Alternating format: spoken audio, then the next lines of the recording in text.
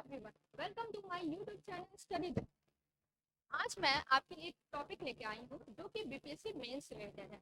BPSC mains में सबसे जरूरी होता है कि आप अपने आंसर को कैसे प्रेजेंट करते हैं। उसके बाद सेकंड होता है आपके आंसर में आप क्या कंटेंट डालते हैं, डेटा क्या डालते हैं, किस तरह से डालते हैं, उसको कैसे रिप्रेजेंट करते हैं। ठीक है, तो आप जैसे जानते हैं कि बीपीएससी में जो पेपर है अब एक ऐसे पेपर में ऐड हो चुका है, निबंध पेपर। ठीक है, उसको लिखने में स्टूडेंट को बहुत परेशानी होती है। तो आज हम उसके बारे में बात करेंगे और एक टॉपिक के बारे में बात करेंगे, महिलाओं की भूमिका के बारे में।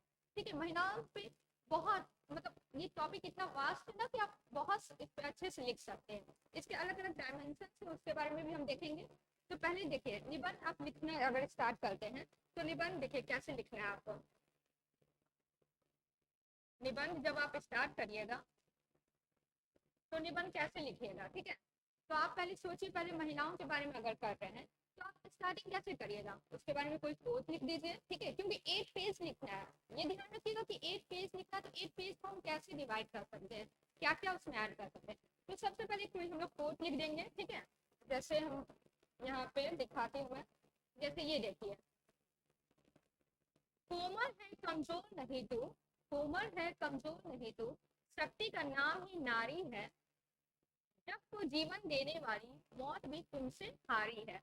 ठीक है, इस तरह से हम लोग कोई कोट ले सकते हैं, कोई कविता लिख सकते हैं, जैसे स्टार्टिंग कर सकते हैं। ठीक है, ये लिखने के बाद स्टार्ट से आप स्टार्टिंग आप ऐसे जब लिखिएगा, उसके बाद आप अपना लिखना शुरू करिए। अब महिलाओं के बारे में टॉपिक क्या था, महिला सशक्तिकरण। ठीक है, वुमेन एम्पावरमेंट जो बढ़ रहा है, उसमें अलग अलग फील्ड में महिला की क्या भूमिका रही है वो हम लोग लिख सकते हैं। तो स्टार्टिंग आप कैसे करिएगा। ठीक है, जैसे यहाँ पे है महिला सशक्तिकरण, महिला सशक्तिकरण,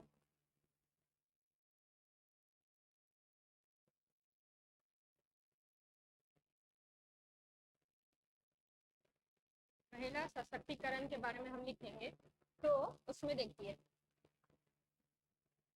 यहाँ से आप ये पॉइंट मैं बता रही हूँ, आप ये ऐड कर सकते हैं, अपने मन से भी ऐड कर सकते हैं। ठीक है, लेकिन पहले हम लोग क्या करेंगे, पहले हम लोग कोई भी चीज का डिफिनेशन लिखते हैं। देखिए, किसी भी ग्राम अथवा नगर के विकास, किसी भी ग्राम अथवा नगर के विकास के लिए सबसे बड़ा संसाधन वहाँ के लोग हैं। ठीक है, कोई भी किसी भी चीज का हम लोग विकास अगर करना चाहते हैं, कोई भी ग्राम शहर कोई भी देश का, तो उसके लिए क्या जरूरी है कि सबसे बड़ा संसाधन क्या है, वहाँ के लोग हैं। और लोगों में क्या, महिला पुरुष बच्चे सब आते हैं।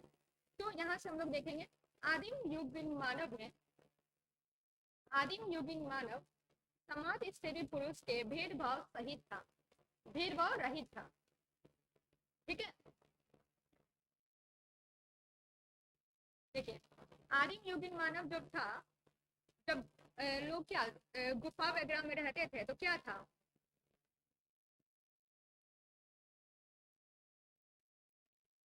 क्या था जब गुफा वगैरह में रहते तो वहां पे क्या था, उस समय भेदभाव नहीं होता था, सब एक ही जगह रहते थे, खाते थे पीते थे शिकार करते थे रहते थे, कोई भेदभाव नहीं था, ऊपर नीचे महिला पुरुष कोई वैसा भेदभाव नहीं था।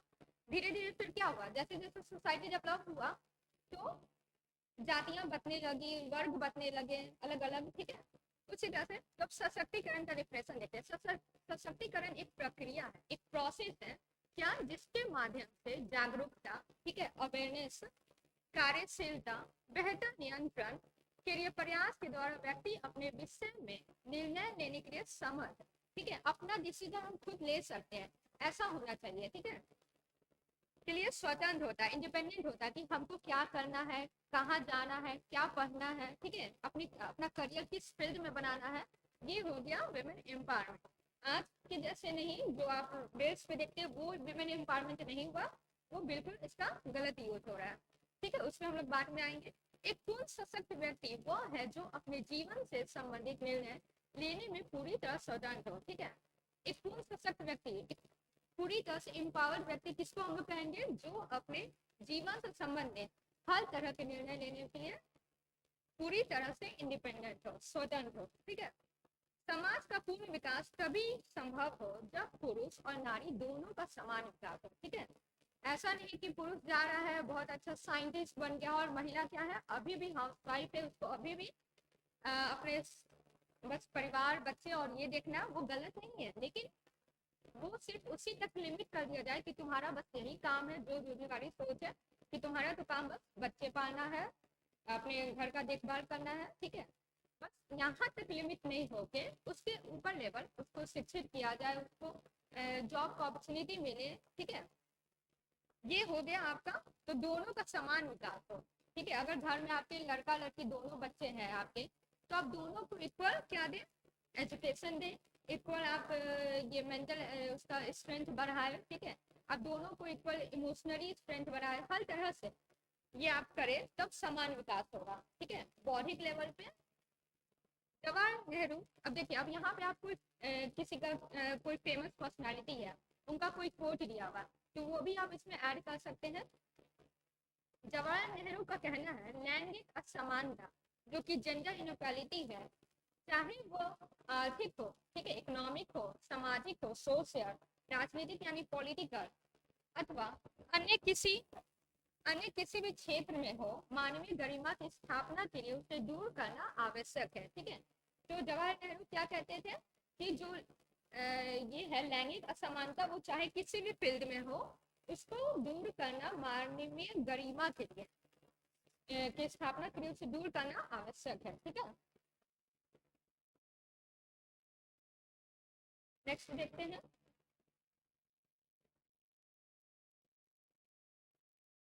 तो ये सब मैं आपको पॉइंट बता रही हूँ, ये सब आप अपने निबंध में ऐड कर सकते हैं। देखिए, ये महिला जो टॉपिक ऐसा है ना, महिलाओं के बारे में, ये आपके करेंट बेस या आपके निबंध में ये अक्सर आते ही रहता है, तो इसको बहुत अच्छे से आपको प्रिपेयर करना है। मैं बस एक डायमेंशन आपको बता दूंगी, इसको आपको प्रिपेयर करना है, ठीक है।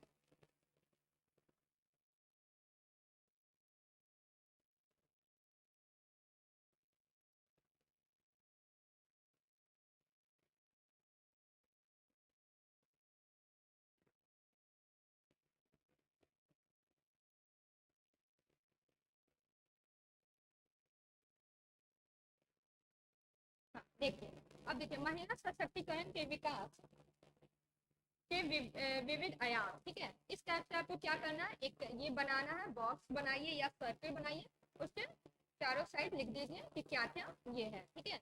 तो भावनात्मक आयाम देखेंगे, राजनीतिक देखेंगे, विविध देखेंगे, सामाजिक, आर्थिक, स्वास्थ्य, शिक्षा, ठीक है। इन सब पे जब आप सब पे लिखिएगा सारे पे, तो आपका आराम से निबंध 8 पेज का हो जाएगा, ठीक है। तो अब देखिए, शिक्षा बहुत कॉमन है, स्वास्थ्य, महिलाओं का स्वास्थ्य पे भी ध्यान नहीं दिया जाता है, आर्थिक, इकोनॉमिक कंडीशन तो आप देखते ही है, महिलाओं को जब आप घर में टाइट करके रखिएगा, वो अगर काम नहीं करेंगी तो कहाँ से इकोनॉमिक कंडीशन का ठीक होगा, वो अपने क्या रहेंगी, पेरेंट्स पे, अगर अनमैरिड है तो पेरेंट्स पे डिपेंडेंट रहेंगी, मैरिड है तो अपने पति पे डिपेंडेंट रहेंगी, ठीक है। तो आर्थिक में ये हो गया, सामाजिक आपका सोशल, विधिक, राजनीतिक। तो अब देखिए, ये सब तो बहुत कॉमन टॉपिक है, मैं आपसे डिस्कस करूंगी राजनीतिक टॉपिक पे, ठीक है। राजनीतिक पॉइंट ऑफ व्यू से हम महिला की भूमिका देखेंगे और क्या उसमें प्रोग्रेस हुआ है नहीं हुआ है वो देखते हैं, ठीक है। चलिए,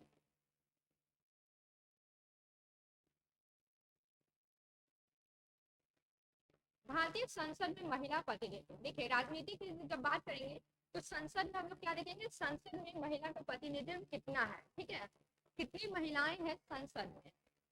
तो देखिए, 2000 ये डेटा है, ठीक है, ये आपका ये सब डेटा लिया गया है, इकोनॉमिक सर्वे वगैरह से लिया गया है, और भी अलग अलग सोर्सेज से। तो ये डेटा आप जब आंसर राइट में इंक्लूड करेंगे तो आपका आंसर और इनहेंस होगा, जब निबंध में ये ऐड करेंगे तो निबंध में और अच्छे से आपका लिखाएगा। तो देखिए, 2024 में भारत में 18वीं लोकसभा 18 जो लोकसभा चुनाव हुआ था एवं गठन होने के साथ ही संसद में महिलाओं के प्रतिनिधित्व में गिरावट आई है, ठीक है, गिरावट की प्रवृत्ति देखने को मिली है। ये क्या हुआ था, जो 2024 में जो लोकसभा इलेक्शन हुआ था, तो उसमें क्या हुआ था कि महिलाओं की संख्या संसद में से घटी थी, ठीक है। 1952 के चुनाव में जब फर्स्ट इलेक्शन हुआ था, आम चुनाव, महिलाओं का प्रतिनिधित्व लोकसभा की कुल संख्या का 4.41% था। देखिए, ये जो डेटा है इसको एज इट इज एकदम लिखना है आपको आंसर राइटिंग में, ठीक है। ये डेटा लिखिएगा तो आपका आंसर और सही एकदम रियल लगेगा कि आप आपके पास रियल डेटा है। तो 1952 में क्या था, कुल संख्या का 4.41% था, जो 2019 में बढ़कर 14.36% हुआ है। ठीक है, ये आपका हाईएस्ट अब तक का 2019 में जो महिलाओं का प्रतिशत आपका संसद में रहा है वो 14.36% रहा है, जो कि अब तक का हाईएस्ट है, हाईएस्ट हुआ है। और 2024 में घट कर ये कितना हो गया फिर 13.63। तो देखिए 14.36 था, अब 13.63 हो गया, तो गिरावट तो हुआ है। हाँ, पहले से अब अगर आप देखें स्टार्टिंग से जब हमारा ये कॉन्स्टिट्यूशन वगैरह बनने के बाद जब इलेक्शन हुआ तब से में अब तक इंक्रीजमेंट तो हुआ है, लेकिन 2019 अगर देखें तो घटा है।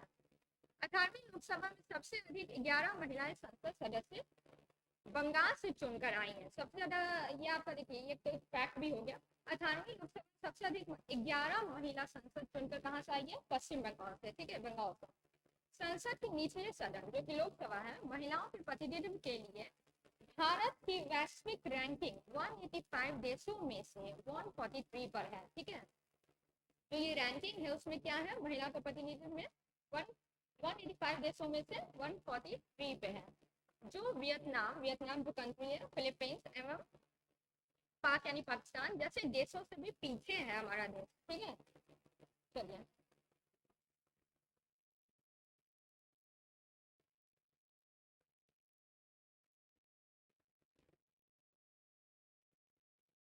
राज्य स्तर पर महिलाओं का प्रतिनिधित्व अगर स्टेट लेवल पर भी फिर हम लोग देखेंगे, पहले देश इंटरनेशनल नेशनल लेवल पे देखने पर हम लोग स्टेट लेवल का भी जिक्र करेंगे आंसर राइटिंग करते हैं। तो राज्य स्तर पर जब देखेंगे तो महिलाओं का प्रतिनिधित्व भी चिंताजनक है, क्योंकि किसी भी राज्य की विधानसभा में महिलाओं का प्रतिनिधित्व 20% से अधिक नहीं है। किसी भी विधानसभा में आपका क्या है, महिलाओं का प्रतिनिधित्व 20% से अधिक नहीं है। तो क्या है ये इंक्रीमेंट करने का, ये इंक्रीज करने के कुछ करना चाहिए ना हमें। देखिए छत्तीसगढ़ में सबसे अधिक 18% महिला विधायक है और मिजोरम में कोई भी महिला विधायक है ही नहीं। ऐसा भी स्टेट है हमारे पास जिसमें कोई महिला विधायक है ही नहीं। छत्तीसगढ़ में सबसे अधिक है 18% और हिमाचल में सिर्फ एक है। लैंगिक असमानता को बनाए रखने वाले कुछ कारक, अब देखिए लैंगिक असमानता जो है जेंडर इनइक्वालिटी, इसमें सिर्फ हम लोग महिला सशक्तिकरण नहीं देख रहे, इसमें हम लोग ऑल एस्पेक्ट्स देख रहे हैं। ठीक है, तो लैंगिक असमानता जो है जेंडर इनइक्वालिटी, अब देखिए इसमें आप जेंडर इनइक्वालिटी का रिपोर्ट भी आप ये सब डाल सकते हैं। ठीक है, सामाजिक बाधा, अब देखिए सोशल क्या इशू हम लोग के बीच में इसमें आता है, बच्चों की देखभाल, बच्चों की देखभाल, परिवार, समान पारिवारिक कार्य वितरण, तो जूम कर दे क्या।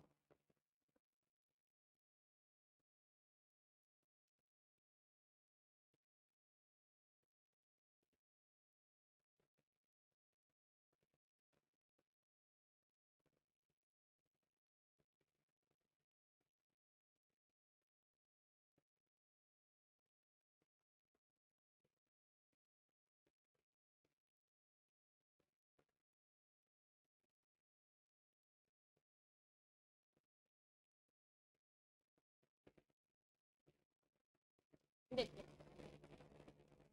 कहाँ पे हम लोग थे, लैंगिक असमानता को बनाए रखने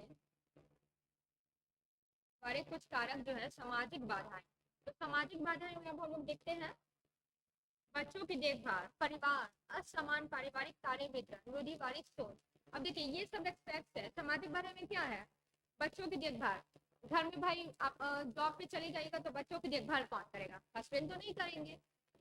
ठीक है, तो क्या होता है कि नहीं आपको तो देखना है, तो अब जब जॉब पे चले जाएगा तो कौन देखेगा, बच्चों की देखभाल कौन करेगा, छोटा बच्चा हो या बड़ा बच्चा हो। ठीक है, तो वो परिवार, परिवार को संभालना है, आपको खाना बनाना है। ठीक है, असमान पारिवारिक कार्य वितरण, बहुत सारे ऐसे होते हैं कि कोई घर में फैमिली फंक्शन है, कोई गेस्ट आ गया, वो सब भी आप ही को देखना है। ठीक है, कोई और नहीं देखने वाला। रूढ़िवादी सोच कि महिलाओं को तो काम ही ये है, क्यों और कोई देखेगा, महिलाओं का है ये काम। ठीक है, तो ये सब रूढ़िवादी सोच क्या होता है, सामाजिक बाधाएं बनती है महिलाओं को आगे बढ़ने से रोकने में। राजनीतिक बाधाएं, महिला उम्मीदवार को अक्सर चुनाव लड़ने के लिए टिकट पाने में भी भेदभाव का सामना करना पड़ता है। ठीक है, राजनीतिक बार अब कोई महिला सोचती है कि हम राजनीति में जाए, तो राजनीति में जाने के लिए भी वहां पे जब टिकट पाना होता है तो भेदभाव का सामना वहां पे भी करना पड़ता है। विपक्षी दल अक्सर महिला उम्मीदवारों के खिलाफ लैंगिक महिला विरोधी टिप्पणी करते हैं। ठीक है, अब न्यूज में आप लोग तो देखते ही होंगे, बहुत सारा ये आता है रहता है, उसमें कोई ये जाने का जरूरत नहीं है, बस आप लोग को पता होगा, ठीक है, अवेयर होंगे आप लोग कि क्या कोई महिला सांसद है या कोई मंत्री है तो क्या उन पे टिप्पणी की जाती है, ठीक है। तो ये सब आपको पता है, ये आप ऐड कर सकते हैं आंसर राइटिंग में अपने, ठीक है। इससे भी क्या होता है कि महिलाएं डरती हैं कि हम राजनीति में जाएंगे तो क्या होगा हमारे साथ, ठीक है। बहुत तरह के टिप्पणी वगैरह सुनने मिलते हैं, फिर भेदभाव का भी सामना करना पड़ता है। और ऐसा नहीं कि सिर्फ राजनीति में, आप किसी भी वर्क प्लेस में चले जाइए, आपको अगर सैलरी अगर मेल को इतना मिल रहा है तो आपको उससे कम ही आपको फीमेल को दिया जाता है, ठीक है। बहुत तरह का ये किया जाता है। फिर टाइमिंग इशू होता है कि मेल को रखना ज़्यादा प्रेफर करते हैं क्योंकि वो फ्लेक्सिबल होते हैं, वो कभी भी वर्क कर सकते हैं किसी भी टाइम में। महिला है तो नाइट शिफ्ट करने में उनको प्रॉब्लम होगा, बहुत सारे होता है, सेफ्टी सिक्योरिटी का रीजन होता है तो वो नहीं करती हैं, इस वजह से भी भेदभाव होता है जॉब्स में।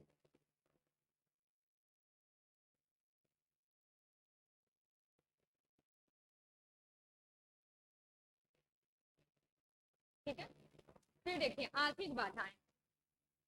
वित्तीय सहायता के लिए परिवार पति पर निर्भर, ठीक है। आर्थिक बाधा है, अब राजनीति में अब जा रहे हैं तो उसके लिए पैसा चाहिए, सबको पता है।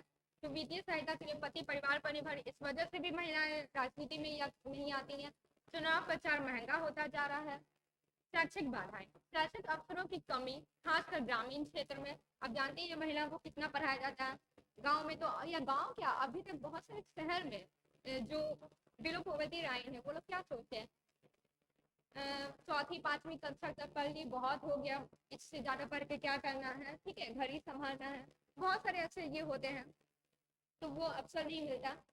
लैंगिक असमानता को दूर करने के लिए सरकार द्वारा उठाए गए कदम। अब सरकार क्या क्या कर रही है, ठीक है, लैंगिक असमानता को दूर करने के वो हम लोग देखेंगे।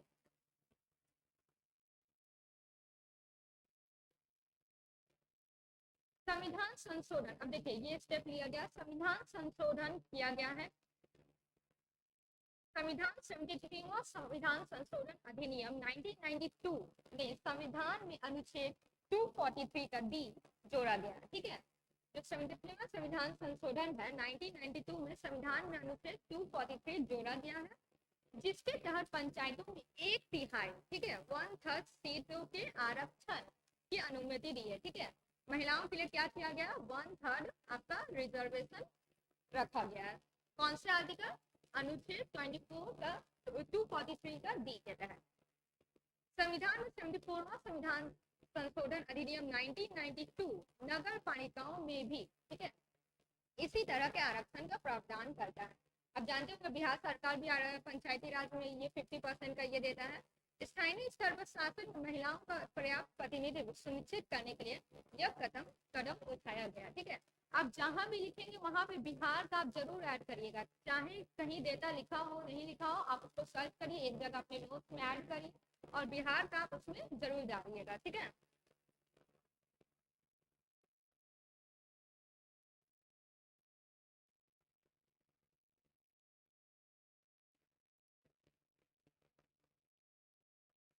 फिर है महिला आरक्षण विधेयक, जो कि 2030 28 सितंबर,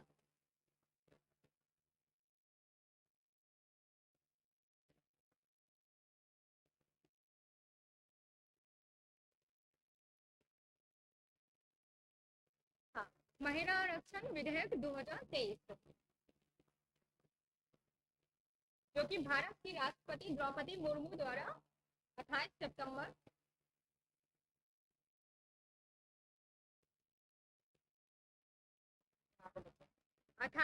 2023 को भारत की राष्ट्रपति द्रौपदी मुर्मू ने संविधान 106 संशोधन, ठीक है, 196 अधिनियम 2023 को मंजूरी दी, जिसे महिला आरक्षण विधेयक भी कहा जाता है, ठीक है। यह अधिनियम भारत के संविधान में संशोधन करके भारत की द्विसदनीय संसद के निचले सदन लोकसभा, राज्य विधानसभा और राष्ट्रीय राजधानी क्षेत्र दिल्ली की विधानसभा में सभी सीटों में से 1/3 सीट महिलाओं के लिए आरक्षित करता है, ठीक है। इसमें भी क्या करता है, 1/3 आपका सीट आरक्षित करता है महिला आरक्षण विधेयक के तहत अधिनियम में इन विधायिकाओं में अनुसूचित जातियों के लिए आरक्षित 1/3 सीटें भी महिलाओं के लिए आरक्षित करने की आवश्यकता है। ठीक है, तो ये कदम उठाया गया है। और क्या किया गया है, अगर आप दूसरे एस्पेक्ट में देखें, शिक्षा के फील्ड में देखें, तो उसमें भी इसी तरह से आपको क्या लिखना है कि जो ये है गवर्नमेंट क्या क्या स्टेप्स उठा रही है इंडियन स्टेट लेवल पे और आपका सेंट्रल लेवल पे, दोनों आपको ऐड करना है। कौन कौन सी योजनाएं, खासकर बिहार सरकार कौन कौन सी योजनाएं ला रही है ताकि महिलाएं पढ़े, आगे बढ़े।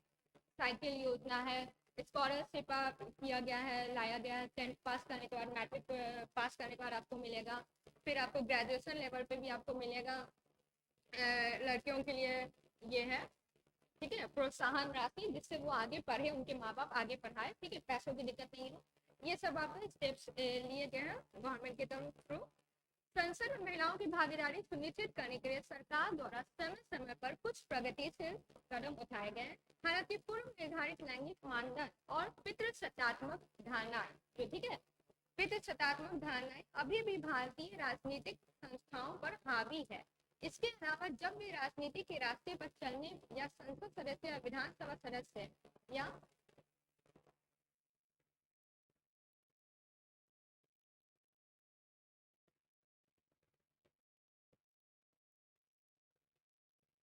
ठीक है, तो आपका यहीं पे ये तो आपका यहीं पे राजनीति के बारे में खत्म होता है। हाँ, ये बता रही थी ना आपको। तो इस तरह से आपको जब आप ये एक्सपेक्ट लिखिएगा तो एक राजनीति तो मैं आपको डिस्कस कर दी। ठीक है, मैंने आपको राजनीति के बारे में ये कर दिया कि महिलाओं में राजनीति की भूमिका या संसद में कितनी प्रतिनिधित्व। अब सेकंड एस्पेक्ट क्या हो गया, आप शिक्षा पे खुद से लिखिए। ठीक है, इसके बारे में डेटा कलेक्ट करिए, जितने भी रिपोर्ट वगैरह आए हैं बिहार गवर्नमेंट के थ्रू और सेंट्रल गवर्नमेंट के थ्रू, जो भी स्टेप्स उठाए गए हैं वो आप लिखिए। ठीक है, वैसे स्वास्थ्य का भी आपको लिखना है। ठीक है, क्या क्या स्टेप्स लिए गए हैं, क्या ये है, इस तरह से आप करके एक अपना निबंध, अपना पहले तो नोट प्रिपेयर करिए, फिर एक अपना निबंध इस पे लिख सकते हैं। ठीक है, महिलाओं की भूमिका, महिला सशक्तिकरण, बहुत सारे इस पे टॉपिक आपको खुद निकल जाएंगे। ठीक है, ये आप एक डेटा एक कलेक्ट करके एक नोट्स एक बना लीजिए। ठीक है, इसमें महिलाओं के बारे में जितने पॉइंट्स हैं आपके राजनीति में, शिक्षा में, स्वास्थ्य रिलेटेड जितने भी डेटा है सब एक जगह कर दीजिए और फिर उस पर निबंध लिखिए। ठीक है, आराम से आपके 8 पेज सोचना भी नहीं पड़ेगा। याद आपको 8 पेज नहीं करना है, याद आपको सिर्फ ये 1 पेज का सारा एक जगह जो डेटा आप लिखिएगा वो करना है और फिर अपने निबंध में इंक्लूड करना है। ठीक है, और निबंध कोई वैसा ये नहीं है, रॉकेट साइंस नहीं है। आप जब लिखिएगा तो खुद से लिखते लिखते आपको प्रैक्टिस हो जाएगा। ठीक है, तो आज के लिए इतना ही, मिलते हैं नेक्स्ट वीडियो में। Thank you.